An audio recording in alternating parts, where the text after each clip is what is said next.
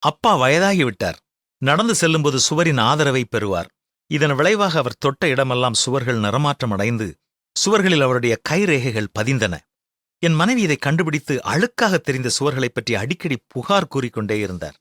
ஒரு நாள் அவருக்கு தலைவலி இருந்ததால் அவர் தலையில் சிறிது எண்ணெய் தடவினார். அதனால் நடந்து செல்லும்போது சுவர்களில் எண்ணெய் கரைகள் உருவாகின. என் மனைவி இதை பார்த்துவிட்டு என்னை பார்த்து கத்தினாள். நான் என் தந்தையை கத்தினேன். அவரிடம் சற்று முரட்டுத்தனமாக பேசினேன். நடக்கும் பொழுது சுவர்களை தொட வேண்டாம் என்று அறிவுறுத்தினேன். அவர் காயமடைந்ததாக எனக்கு தோன்றியது. என் நடத்தையை பார்த்து நானும் வெட்கப்பட்டேன். ஆனால் அவரிடம் எதுவும் சொல்லவில்லை. அப்பா நடந்து செல்லும்போது சுவரை பிடிப்பதை நிறுத்தினார். ஒரு நாள் கீழே விழுந்து விட்டார். அவர் படுக்கையில் விழுந்து சிறிது நேரத்தில் எங்களை விட்டு மறைந்து விட்டார்.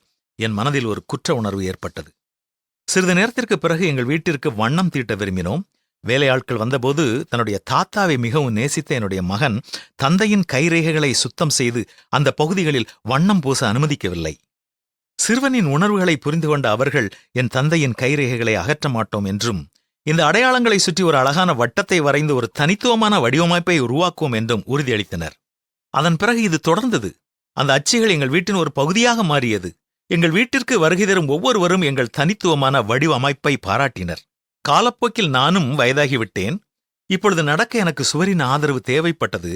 ஒரு நாள் நடக்கும்போது என் தந்தையிடம் நான் சொன்ன வார்த்தைகள் நினைவிற்கு வந்தன. ஆதரவின்றி நடக்க முயன்றேன். என் மகன் இதைக் கண்டு உடனடியாக என்னிடம் ஓடி வந்து நடக்கும்போது சுவர்களின் ஆதரவை பெறச் சொன்னான். நான் ஆதரவின்றி விழுந்து விடுவேனோ என்ற கவலையை வெளிப்படுத்தினான். என் மகன் என்னை பிடித்துக் கொண்டிருப்பதை நான் உணர்ந்தேன். என் பேத்தி உடனடியாக முன்வந்து அன்பாக தன் தோளில் கை வைத்து ஆதரவோடு நடக்கச் சொன்னாள். நான் கிட்டத்தட்ட அமைதியாக அழ ஆரம்பித்து விட்டேன். என் தந்தைக்கு நானும் இதையே செய்திருந்தால் அவர் நீண்டகாலம் வாழ்ந்திருப்பாரே. நான் என் அறைக்கு திரும்பி வந்து என் மறைந்த தந்தையிடம் மன்னிப்பு கேட்டு மிகவும் அழுதேன். காலப்போக்கில் நாமும் வயதாகி விடுவோம். நம் பெரியவர்கள் இன்னும் இருந்தால் அவர்களை கவனித்துக் கொள்வோம். நம் முன்மாதிரியின் மூலம் நம் குழந்தைகளுக்கும் அதையே செய்ய கற்றுக் கொடுப்போம்.